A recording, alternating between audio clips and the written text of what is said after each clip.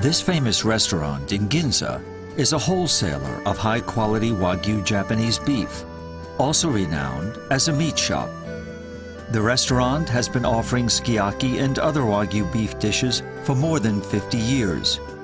The owner, who does his own procurement with a discerning eye for quality, passed down from his parents, tells us about the appeal of Wagyu.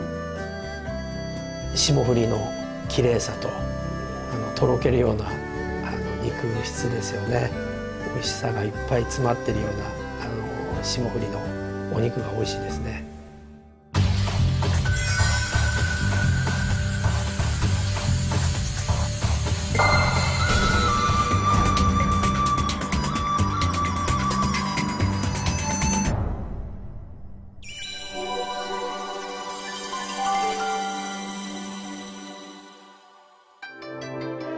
Wa is a kanji character that means Japan. It also has the meaning of harmony. Wagyu has been in excellent harmony with the Japanese climate, nurtured in the changes of the 4 seasons. Domesticated cattle are believed to have been brought over from the Asian continent around 400 BC.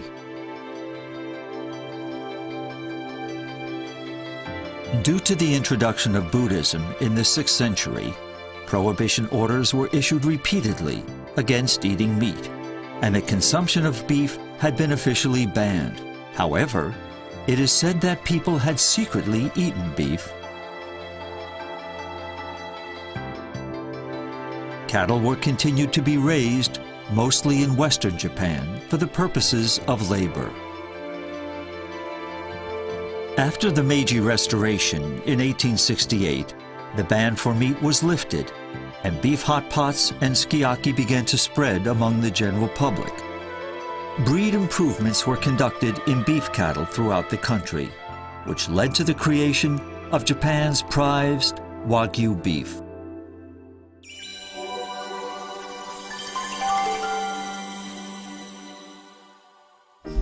This farm massages its cattle. Massages improves the circulation and is an important step for balancing out the proportioning of subcutaneous fat.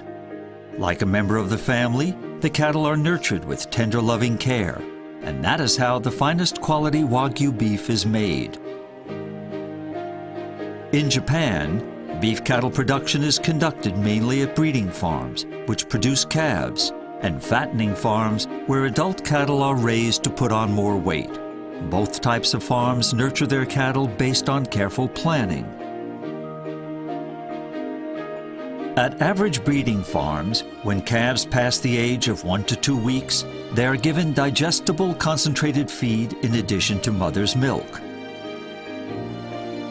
After the calves are 3 months old, they graze freely on quality hay.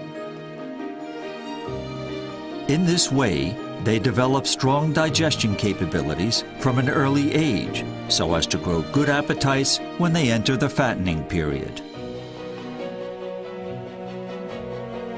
Calves are put on auction and sold to fattening farms when they are 9 to 10 months old.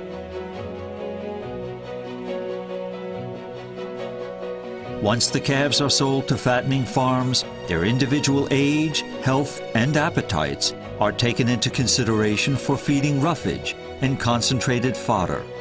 They are fattened to about 650 to 700 kilograms on average, and then shipped to market.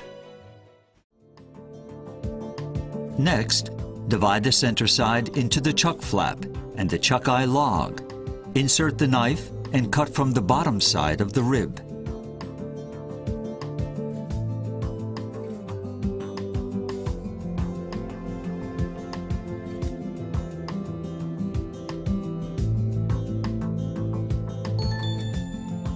Now trim the chuck flap by removing the fat from its surface and the sinew underneath the fat.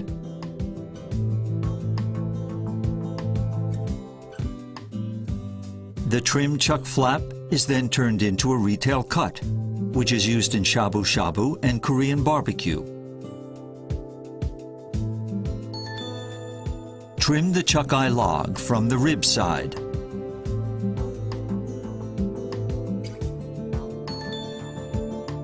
Underneath the rib side of the chuck eye log is a part called the chuck cap.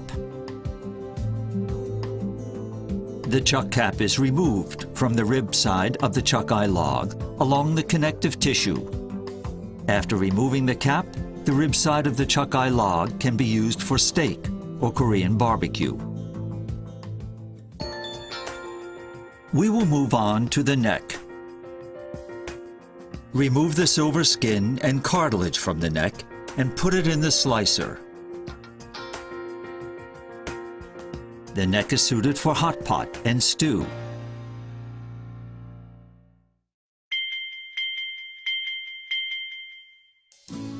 We will continue on to the brisket. The brisket is separated into the chuck short rib and brisket. These can easily be separated from the back neck side of the rib. This is the chuck short rib. To trim the chuck short rib, first remove the rib finger, neck, and rib end. Then remove the silver skin, fat, and sinew on the reverse side and form the retail cut.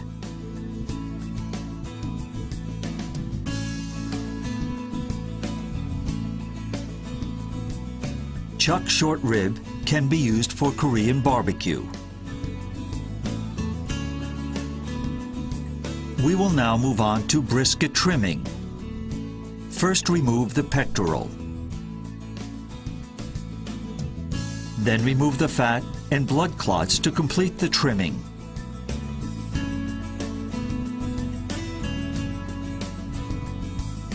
Now we will form a retail cut from the neck side of the brisket.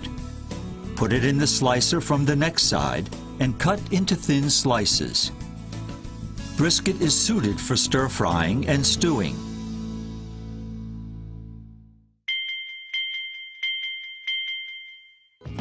The shoulder clod is composed of 5 parts: the upper oyster blade, top blade, chuck tender, volar blade, and ancaneus muscle. First, remove the chuck tender from the shoulder clod. Next, separate the upper oyster blade from the shoulder clod. Be sure to remove the heavy sinew before separating these parts. The upper oyster blade is separated by cutting between the volar blade and the top blade.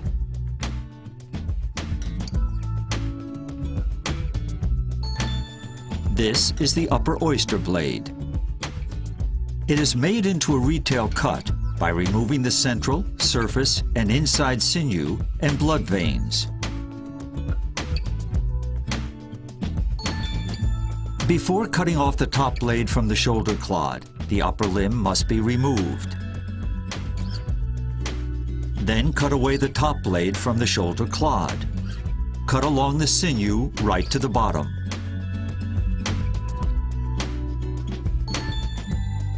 Trim the top blade by removing the silver skin and surface sinew. First, cut out the steak meat.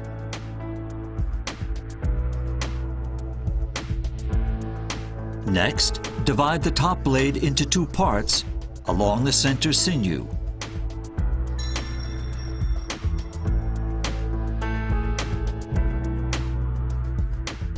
Remove the center sinew. The edge of the top blade can be cut into steaks and blocks, and the other parts can be used as Korean barbecue and sliced meat. This part is the knuckle. First, separate it into the tri-tip and knuckle muscle.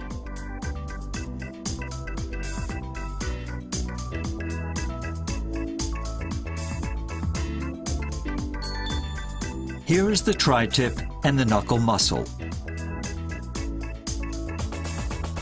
Remove the connective tissue from the surface of the tri-tip, insert your knife at an angle and cut it into 2 parts. You can cut it into blocks for Korean barbecue or slice it for shabu-shabu. The knuckle muscle is separated into the inside knuckle muscle, knuckle main muscle, and outside knuckle muscle. After removing the fat and sinew on the surface, Insert your knife between the knuckle main muscle and inside knuckle muscle on the tri-tip side. Then separate the inside knuckle muscle along the sinew on the knuckle main muscle side. These parts of the knuckle muscle are called the inside knuckle muscle, the knuckle main muscle, and the outside knuckle muscle. Trim the inside knuckle muscle by removing the sinew and fat.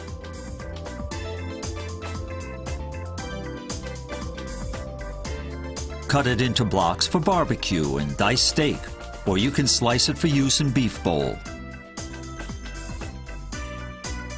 Next, we will separate the knuckle main muscle. Insert the knife from the outside knuckle muscle side and cut along the sinew.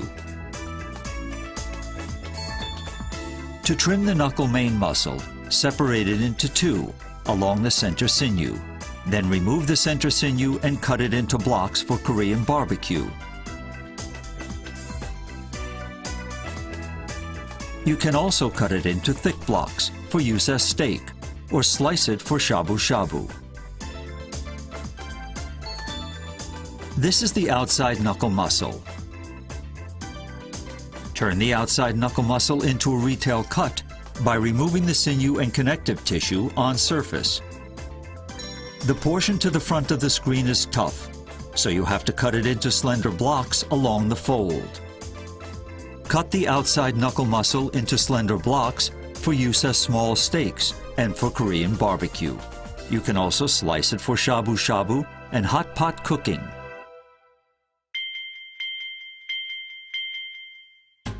This part is called the top sirloin.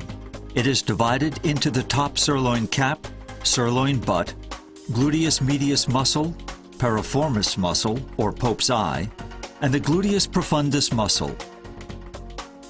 First, divide the top sirloin cap and sirloin butt along the fascia and fat. On the left side is the sirloin butt, and the top sirloin cap is on the right.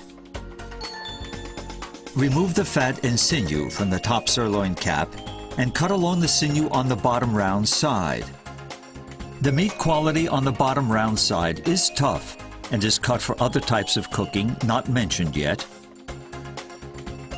Slice it for shabu-shabu and sukiyaki. You can also cut it into slender blocks for Korean barbecue. Here we have the sirloin butt. Remove the sinew from its surface first, and then trim it. Next, remove the gluteus medius.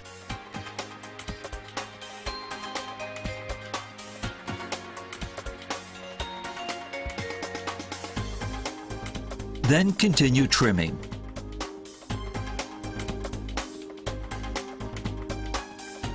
This is the piriformis muscle, or Pope's eye, which you will now remove.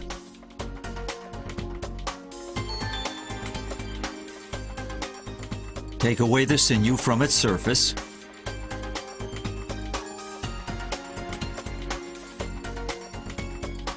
The piriformis muscle is suited for Korean barbecue and diced steak.